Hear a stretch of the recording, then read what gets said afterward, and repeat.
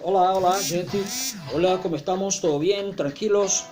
Olha só, eu resolvi dar esse recadinho para vocês, né? Falar um pouco sobre a lição da semana passada, essa lição 4. Eu fui abrangente, né? Tem, na verdade, no cronograma algo relacionado ao que eu passei na semana passada, que é justamente falando sobre um vocabulário relacionado a características físicas e psicológicas, alguns adjetivos que nós usamos, né? Então, mas essa lição ela vem trazendo uma temática que traz reflexões interessantes, né? Deixa eu baixar só um pouquinho aqui essa nossa música hispânica maravilhosa, tá certo? Então, de tal palo tal astilla, ela abre com esse dito, né? Esse dito popular, de tal palo tal astilla. Isso lembra alguma coisa a vocês que utilizamos no corriqueiramente, assim, um dito popular conhecido no nosso país, em nosso meio? Lembra algum? Não lembra? Olha, que tal filho de peixe, peixinho é? Né? Filho de peixe, peixinho é. É como se quisesse dizer, através desse dito popular, que os galhos de uma árvore, né, os galhos são provenientes daquela árvore, tal como a árvore, são parecidos com aquela árvore porque são provenientes dela. Bom, a gente pode pensar, né, vocês podem ver outros ditos populares que se adequem, como esse que eu citei agora, que é filho de peixe, peixinho é. Né? Pelos frutos vos conhecereis. Enfim, tem essas coisas todas, né? Então, é lógico que as pessoas, todos nós temos personalidades diferentes, poderemos até ser semelhantes em alguns traços, em alguns aspectos, mas, por certo, diferentes em muitas coisas, né? Em nossos gostos, em nosso aspecto físico, nosso aspecto fisionômico, né? Então, características físicas e psicológicas diferentes. A gente pode ser semelhante em alguma coisa, mas geralmente todos diferentes. Muito bem, bom, abre na página 36, ela vem, depois do início, vem trazendo uma imagem que é de uma pintura de Fernando Boteiro, artista importante, artista colombiano, e vem retratando uma particularidade. As obras de Fernando Boteiro, elas são reconhecidas imediatamente em qualquer parte do mundo, né? Ele pinta e faz assim figuras rechonchudas, né? Gorditas, seja na pintura ou escultura.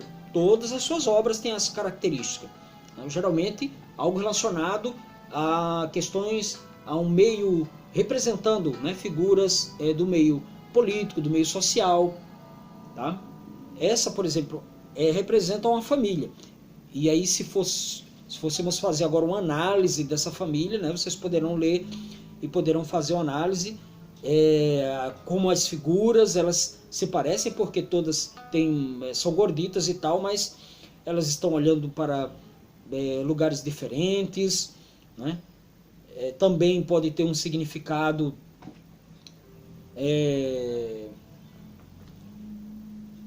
da relação, né? Da relação entre eles, da relação do pai a relação do pai quanto à sua família, né? Na sociedade, como é que se vê isso, como é que o autor via isso, né? Se era interessante ou não. Bom, ela nos leva a uma série de reflexões e questionamentos. Acho importante vocês darem uma boa olhada nessa. Até o gato é rechonchudo, vocês olharam aqui? Então, Fernando Boteiro é um artista importante. Talvez em algum momento tenhamos falado, né? Lá no do sexto ao nono ano, temos falado em algum momento, falando sobre pintores, sobre artistas hispânicos e tal. Temos conhecido já o Fernando Boteiro, vocês talvez já tenham referência, mas quem não tem, vai conhecer, pode dar uma estudada e ver as obras de Fernando Boteiro, e aí, ao menos, ter esse conhecimento. Em qualquer lugar onde você vê uma obra de Fernando Boteiro, você vai identificar logo, olha, isso é uma obra de Fernando Boteiro, um pintor, um artista colombiano, né? Portanto, um artista latino-americano, hispano-americano, enfim. Bom, tem alguma coisa falando sobre a biografia de Fernando Botelho na página 37. Bom, tem na página 38 vem a árvore genealógica, a família, e vocês poderão responder aqui quem não respondeu ainda, tá? E, enfim, essa configuração, a configuração que nós conhecemos de família, né? De família, como ela é gerada e tal, é isso. Como ela acontece no mundo. É lógico que hoje já tem configurações, né? E vem se estabelecendo algumas configurações diferentes, vem se configurando diferente. Mas a família, né, que gera e tal, nós sabemos muito bem qual é, certo? Nós sabemos muito bem o formato, né? Creio que todos nós viemos de uma família nesse formato. Pois muito bem. Na página 40 tem aqueles aspectos todos, né? Para descrever alguém, podemos recorrer a características físicas ou psicológicas. E aí tem um vocabulário relacionado aqui, né? Tem umas figurinhas, uns emoticons, trazendo também. E aí, a partir desse vocabulário, é interessante que nós, usando esse vocabulário e o verbo parecer, né, nós tenhamos condições de fazer uma descrição sobre nós mesmos ou de alguém, tá? Ou descrever nossas características físicas ou nossas características psicológicas, tá certo? Então, tem vários aí em relação à complexião física: gordo, mediano, fuerte, bajo, rellenito, grande, delgado que magro, alto, pequeño, enfim. Em relação aos olhos, grandes, pequeños, rasgados, almendrados, color castaños, azules, verdes, negros. El pelo corto, pelo largo, que é cabelo grande, né? Liso, ondulado, rizado, color negro, castaño, rubio, pelirrojo. Pelirrojo é ruivo, tá? Rubio, loiro, pelirrojo, tá? É ruivo, né?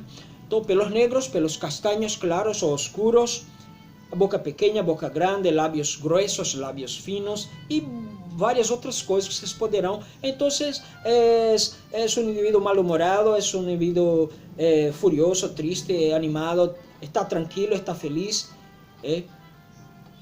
Bom, vários, né, adjetivos aí. Bom, vai passando aqui uma figura importante na página 43, eu quero que vocês deem uma olhada também, que é relacionado, inclusive vem trazendo uma pintura de Tarsila do Amaral, tá certo? A figura de uma família grande, se você olhar, tem figuras aí, os mascotezinhos, né? Então, que bichinhos são esses? Um cachorro, um gatinho e tal. Vem trazendo também essa reflexão sobre a família, o formato da família, como e representando a sociedade daquela época, da mesma forma que a pintura de Fernando Botelho também vem trazendo alguma reflexão sobre as pessoas daquela época. Como é que era efetivamente a família? Será que significa somente que as pessoas, de acordo com a pintura de Fernando Botelho, era uma crítica só às pessoas que eram muito gordinhas na sociedade, que comiam muito, ou que, sei lá, ou que eram obesas? Olha, talvez não seja isso. Bom, mas é importante saber, né? Procurar saber esse porquê, né? Mas tem uma crítica social ali, tá certo? Da mesma forma que vem aqui, nessa página, na página 43, hein? Trazendo, né? E vem dizendo, o seguinte quadro se titula Família. E esse lá, a pintura brasileira Tarsila do Amaral, para observar e tal. ¿Qué te llama más la atención? ¿Quiénes son representados? ¿Qué relación tienen ellos? ¿Qué importancia tiene las mascotas en la familia? ¿En qué se diferencia las personas representadas en el lienzo? Lienzo é tela. Lienzo, tela. É diferente do lenço mesmo. O lenço mesmo é pañuelo. El pañuelo, que é o lenço. Lenço mesmo, tá? Lienzo é uma tela, né, onde está pintado alguma coisa. Bom, olha, tem umas expressões, né, na questão 3, por exemplo, importante, os dois fragmentos a continuação foram sacados do texto que escutaste, é de um texto que tem aqui e pode ser escutado a partir do CD ou da pista que tenha, tá? no livro positivo, lá no livro virtual, né? Então, tem umas expressões aí, né? Bajárseles los nervios, soltarle las riendas, añores, tronar. Olha, muito interessante isso. Então, eu poderia já adiantar aqui para vocês, né? Posso adiantar para vocês. Então, com base nesses dois fragmentos, né? Pide los permisos con bastante anticipación, habla mucho con tus papás, llega la hora que acuerdes con ellos, para que así poco a poco se les bajen los nervios y te suelte las riendas, tá? ¿Qué significa isso? Se les bajen los nervios y te suelten las riendas. No outro fragmento, si tus papás se divorciaron, se valen que añores aquellos tiempos en los que estaban juntos, pero acuérdate de que por algo tronaram. Olha, então, estabelecer uma relação. Quando a gente vai estabelecer uma relação, a gente começa aqui, por exemplo, numa atividade, a gente começa fazendo logo aqueles que a gente tem certeza, tá? E depois a gente vai diminuindo naturalmente as possibilidades para fazer aqueles que a gente está inseguro, não é verdade? Então, bajarse los nervios, que seria? Soltarle las riendas. Essa é uma expressão popular, né? Que faz parte do linguajar coloquial deles, que naturalmente, né? Aí vem añorar e tronar. Que seria, né? Olha, eu posso adiantar que esse tronar, tá? Tronar é romper la relación. Tronar é romper la relación. E añorar, que seria? Echar de menos. Echar de menos, que significa essa expressão echar de menos? Te echo de menos, les echo de menos. Quando eu digo isso, eu digo sinto saudade de você. Isso é como se diz sinto saudade no espanhol, tá? Então, les echo de menos, te estou echando de menos, te echo de menos. Sinto saudade de você, sinto saudade de vocês, tá certo? Echar de menos é sentir saudade, ok? Então, vale, vamos a estudar. Podem ler também na página 44 e boa atividade para todos vocês, estudem, porque essa lição vem trazendo, tem uma proposta de Enem naturalmente embutida nisso aqui, né? Reconhecer esses termos, aprender uma terminologia nova, poder a partir disso compreender outras linguagens, tá? Fazer comparações, estabelecer comparações entre as coisas, né? Refletir a partir de um ponto de vista proposto, enfim, tem alguns aspectos muito importantes para o nosso crescimento intelectual, né? E como se diz, o nosso desenvolvimento, né? O desenvolvimento dessa possibilidade de interpretação também, tá? Gracias por todo, gracias por la atención. Façam a atividade que está proposta, vale? E hasta luego. Vamos a vernos. Chaucito.